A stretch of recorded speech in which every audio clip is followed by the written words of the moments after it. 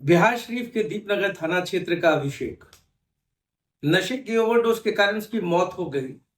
और यह घटना कोई छोटी सी नहीं है। इस घटना का जिक्र और फिक्र मैं पिछले कई महीनों से कर रहा हूं कि बिहार शरीफ को संभालिए। बिहार शरीफ अब डोल रहा है। 400 रुपये की पुड़िये में मौत का सौदा हो रहा है। बोलने वाला कोई है नहीं, सिस्टम का पता नहीं। 400 रुपये पुड़िये में आपकी अनमोल जिंदगी को उड़ाते हुए इस ब्राउन शुगर ने कहां पर लाकर रख दिया है। क्या ये चिंतन का विषय नहीं है? क्या ये बिहार शरीफ के लोगों को सोचना नहीं है? क्या समझने के लिए भी हर घटना के बाद ही हम जागरूक होंगे? अभिषेक तो नहीं रहा। दीपनगर का अभिषेक, परिजन का कहना है कि दोस्तों ने ओवरडोज दे दिया जिससे उसकी मौत हो गई।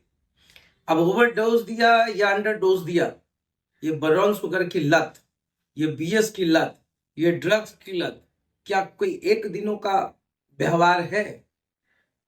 ये आदत क्यों पड़ी? ये आदत कैसे बनी? आज अधिकांश शहर में आप जब युवा पीढ़ी को लड़खड़ाते हुए देखते हैं, मैं तो बेचैन हो जाता हूं। पता नहीं लोग बेचैन होते ही या नहीं होते। एक 17 साल का बच्चा चेहरे पे मास्क लगाकर महज 5 मीटर की दूरी 13 मिनट में तय कर रहा है, तो आप समझिए कि बिहार शरीफ कहां जा रहा है।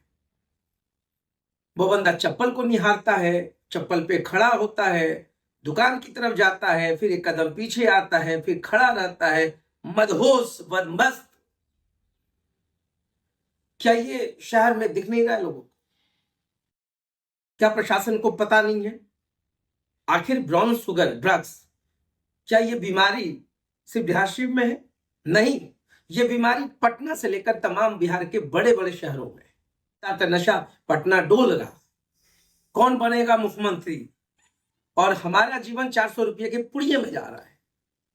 और ये पूछने वाला कोई नहीं है कि बने कोई भी मुख्यमंत्री, ये 400 का पुड़िया कब बंद होगा, ये रैकेट कब बंद होगा, और पहुंच कहां कहां तक है। आखिर सैकड़ों पैडलर शहर में घूम रहे हैं, इसका कोई तो बड़ा सप्लायर होगा। क्या इसका सप्लायर नालंदा में बैठा हुआ है? नहीं, इसका सप्लायर पूरे बिहार में कई कोनों में बैठा हुआ है। तो सवाल लोग कहते हैं कि संरक्षण किसका है? आखिर इतने बेखौफ होकर ये डिलीवरी हो कैसे रहा है? इतने पैटर्न से घूम कैसे रहे हैं? मौत अभिषेक की नहीं हुई है। आज पेरेंट्स कहते हैं कि दोस्तों ने ऐसा किया। मैं सवाल करता हूं कि क्या यह एक दिन की आदत थी? क्या ये एक दिन के कारण हुआ? क्या आपने कभी अपने बच्चों से पूछा, कभी उसकी एक्टिविटीज को देखे कि आपका बच्चा घर में जब इन कर रहा है वो किस मूड में घूम रहा है? आखिर एंट्री क्यों हो रहा है, इतना एग्रेसिव क्यों हो रहा है बच्चा? कभी आपने जानने की कोशिश की? बच्चों पर क्या नकेल से प्रशासन कसेगी? या अभिभावक को भी समझना होगा। अपने बच्चों के एक्टिविटीज को आप क्यों नहीं देखते हैं? सड़कों पे हम जहां जाते हैं युवा पीढ़ी को लड़खड़ाते देखते हैं। मगर मैं फिर कहता हूं कि लोग अपनी ताकत दिखाते हैं, और जिस दिन ऊपर वाले ने अपनी ताकत दिखाई, बिखर कर रह जाइएगा। ये सबसे बुरी लत है। और मैं फिर कहूंगा कि चाहे जो भी हो जाए, इसको जड़ से उखाड़ कर बिगना चाहिए। समाज को अब खुद अवेयर होना पड़ेगा, जागरूक होना पड़ेगा, पेरेंट्स को जागरूक होना पड़ेगा। बच्चों की एक्टिविटीज पर ध्यान दीजिए। प्रशासन हर बच्चों के पीछे नहीं जा सकती है, मगर आपका बेटा है, आपकी औलाद है, आपके संतान है, उसके पीछे आप जाएंगे। एक दिन में पता चल जाता है बच्चों का एक्टिविटीज कि क्या कर रहा है और किस चीज के लत से गुजर रहा है। अभी से शुरू कीजिए, संभल जाएगा। तो पीढ़ियां बर्बाद हो जाती हैं। ये पूरे बिहार शरीफ को किसकी नजर लगी है? पूरे बिहार को किसकी नजर रखी है? हम तो कल तक उड़ता पंजाब कहते थे, अब उड़ता बिहार हो गया है। और लोग जो है डिप्टी सीएम कौन बनेगा, सीएम कौन बनेगा, मंत्री कौन बनेगा।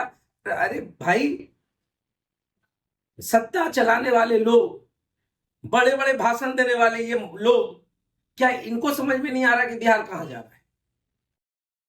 कुर्सी बचाइए तो बिहार भी तो बचाइए। यही युवा पीढ़ी तो आगे चलकर कुछ करेगी बिहार के लिए। जब इनको ही बर्बाद कर दीजिएगा, जब यही नहीं होंगे, जब यही होश में नहीं होंगे, तो बिहार के लिए क्या करेंगे? ये सवाल है। मगर प्रशासन हो, मंत्री हो, आखिर मुझे नहीं पता कि आखिर किससे डर है, क्यों खामोश है, कौन है इसका रैकेट चलाने वाला किंग पिन, क्यों नहीं पकड़ पा रहे उसको, कहां तक पहुंच है। तो चिंतन सब मिल करके करते हैं और देखते हैं साथ। बहुत बहुत धन्यवाद।